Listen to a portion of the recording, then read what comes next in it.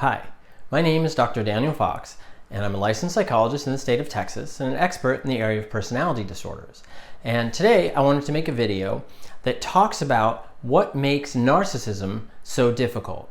Now, when we talk about narcissism, what we're going to talk about certainly narcissistic personality disorder. We're also going to include that spectrum of narcissism, so the entire spectrum, because as you've probably recognized, some people have a high degree of narcissism. They tend to have a lot of problems and issues. Their narcissism tends to dictate how they are in life, the friends that they have, and how they function. And some of those folks fall into narcissistic personality disorder. And then on the low end, there's narcissism, and these are folks that don't have a lot of narcissism that necessarily causes what's called socioeconomic dysfunction, so it doesn't necessarily disrupt their social relationships or their work relationships or their romantic relationships. But there's just enough there that maybe it causes some problems, maybe they lose a few friends, if that, but there's just this sense of narcissism, so that would be on the low end. And when we talk about narcissism today, we're going to talk about the three components that make narcissism so difficult. Okay? But I also want to talk about that there is something called healthy narcissism. And now the narcissistic spectrum that we're talking about is more of a pathological spectrum. There is a healthy spectrum as well. Now, there was a psychologist named Heinz Kohut, and he wrote a lot about healthy narcissism. And what this is, it's what we call today like self-confidence, a belief in self, efficacy, your ability to affect change in your life, and there are degrees of healthy narcissism. An example of healthy narcissism could be a physician who has healthy narcissism in their ability to treat others. So you have to believe in your ability to treat others, to help others. And so there is a degree of healthy narcissism that doesn't tend to cause problems in their life and how they function. So that is a healthy form of narcissism. Now, what we're going to spend our time on is more the pathological, sort of the negative aspect of narcissism. And we'll get started. So the first component of what makes narcissism so difficult. And when we talk about what's so difficult, it could be that maybe in treatment, what is difficult, in personal lives, what's so difficult, in a working environment, what is so difficult. Okay, so these three things are going to hit all of those different environments and all those different domains. So the first, we're going to talk about impaired insight. Now, you see this in all personality disorders, which is this inability to see how their behavior is negatively impacting their life, their environment, perhaps their kids, all these different aspects of how they're living their life and those consequences. Because when we talk about narcissism specifically, what you see is that narcissism, that grandiosity, whether it's overt or covert narcissism, you see that this degree of narcissism negatively impacts the people in their life, adversely impacts their working environment. They tend to switch job to job to job. They may switch romantic partner, romantic partner, romantic partner until they find one that's willing to tolerate their narcissism. And we'll talk more about that in just a moment. But this impaired insight, so they don't see how this belief that they are so great, that they are all-knowing, that they are deserving of certain praise, that their presentation may not get the adulation that they feel that they deserve.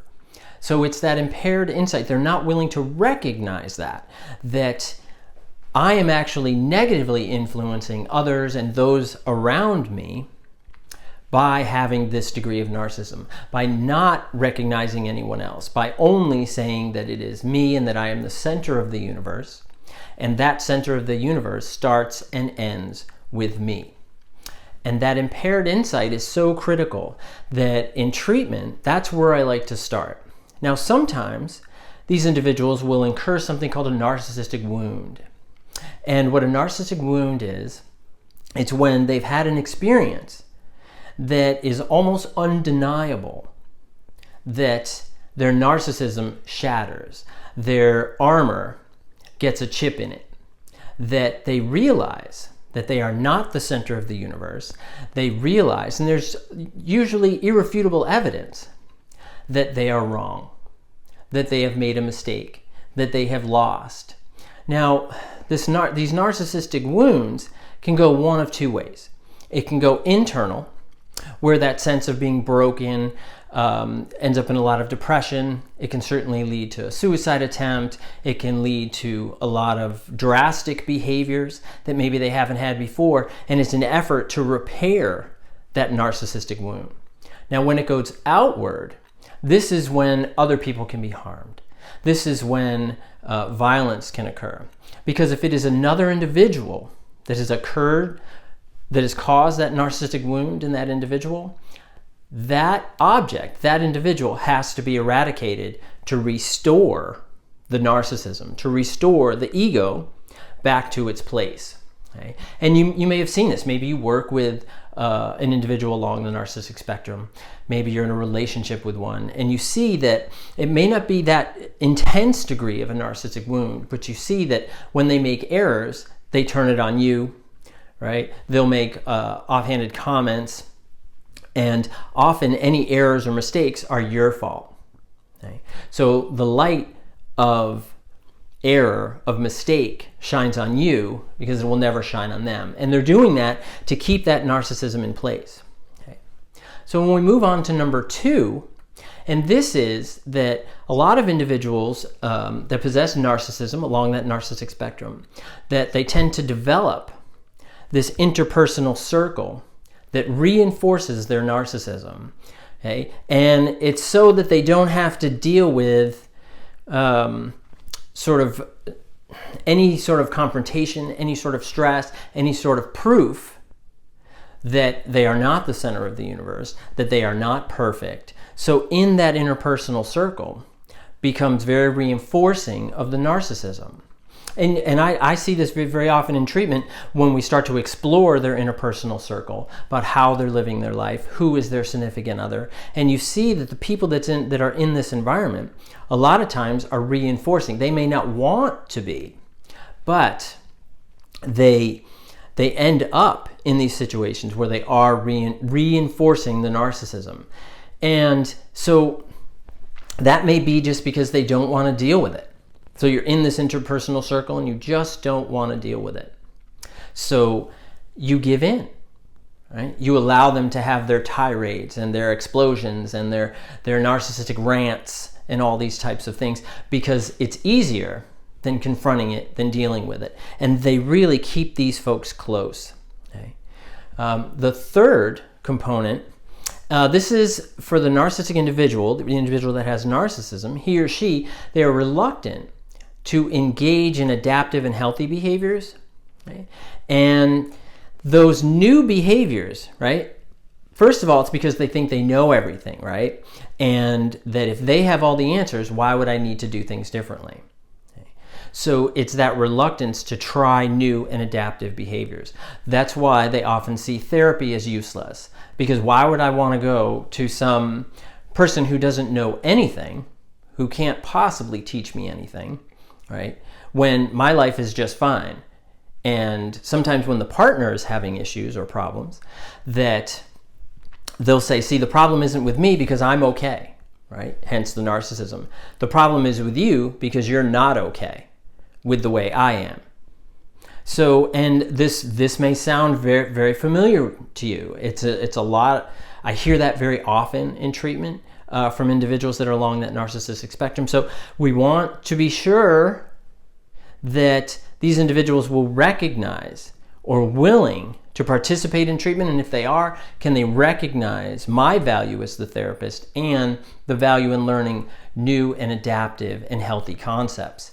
And that brings us to the treatment component. And there's a lot of different treatment approaches for narcissistic personality disorder, for individuals that are in relationships with individuals that have narcissistic personality disorder, that are along the narcissistic spectrum, as well as for children who have narcissistic parents. I do have a book that is coming out later this year that's going to address these very issues. It's going to help clinicians make some inroads. But the most important and key aspect, and the very first thing that I do when I'm working with someone along the narcissistic spectrum, and it's something that you could do as well, is you have to speak narcissism. You have to speak narcissistic. And what that is that you have to speak their language so they hear you. A lot of times, approaches to an individual who's along the narcissistic spectrum is combative. And the idea is that you're going to cause, and I don't believe in this proponent. I think that it doesn't tend to work, but I've heard it espoused many times that if you can cause that narcissistic wound, you will break the narcissism, break the narcissistic individual down enough so that you can build them up in a healthy manner. I have never seen that happen. And if you know of that experience, I would love to hear it detailed. That would be great for you to put in the comments, because I would be very, very curious to hear about that process and learn about that process, about breaking down an individual who was along the narcissistic spectrum, shattering that narcissism, causing that narcissistic wound, where then they can grow back up into a more healthy and adaptive approach to their world. So what I do is I start to speak their language. I phrase things in ways that they understand. What is the benefit to you changing your approach to life, right?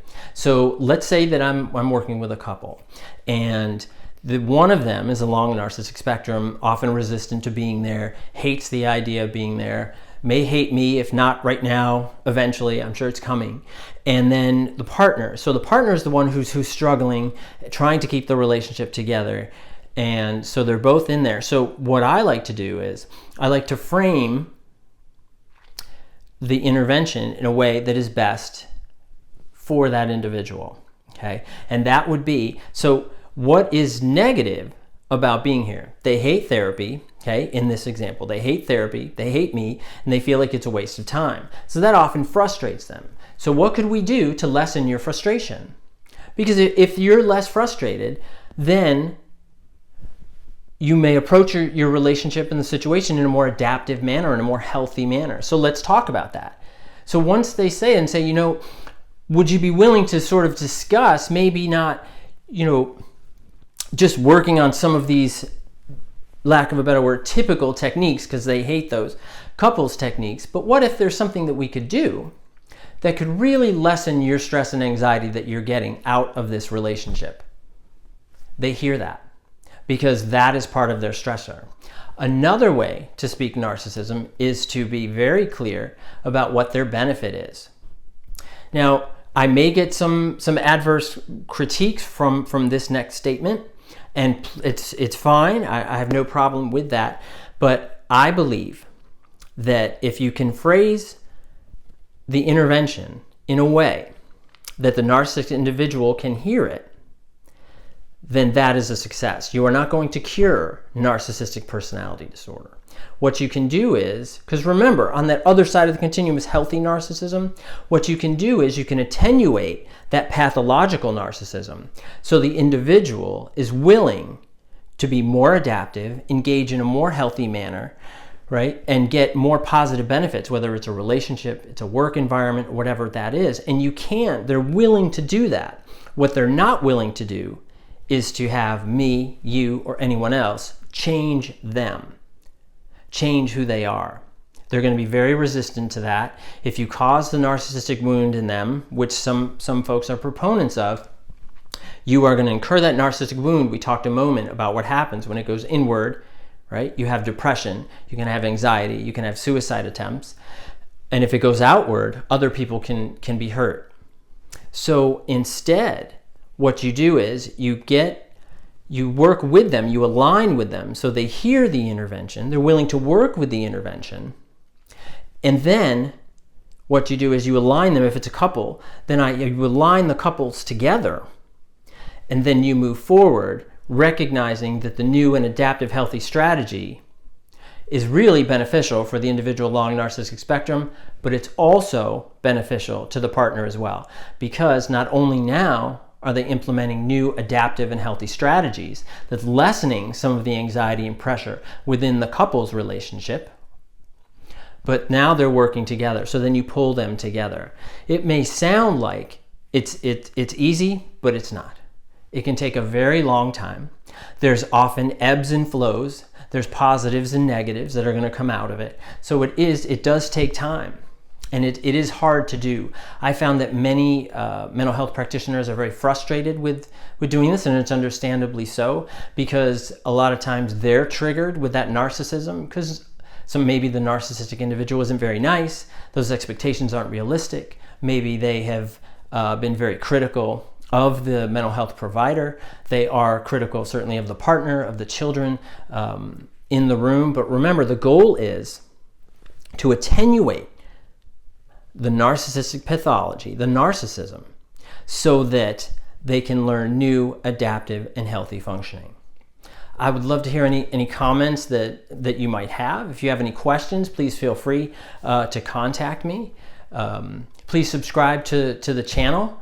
If you've had any experiences, as I mentioned earlier, where you know of someone perhaps being broken down, that narcissism, and then built back up in a positive way, I'd be very curious to hear that as well. I learn a lot from the comments. I learn a lot from doing these videos, so I get a lot from them too. I get a lot from all of you that listen and that certainly write me, and I appreciate that. So thank you very much for your time and attention, and please subscribe. Thanks. Bye-bye.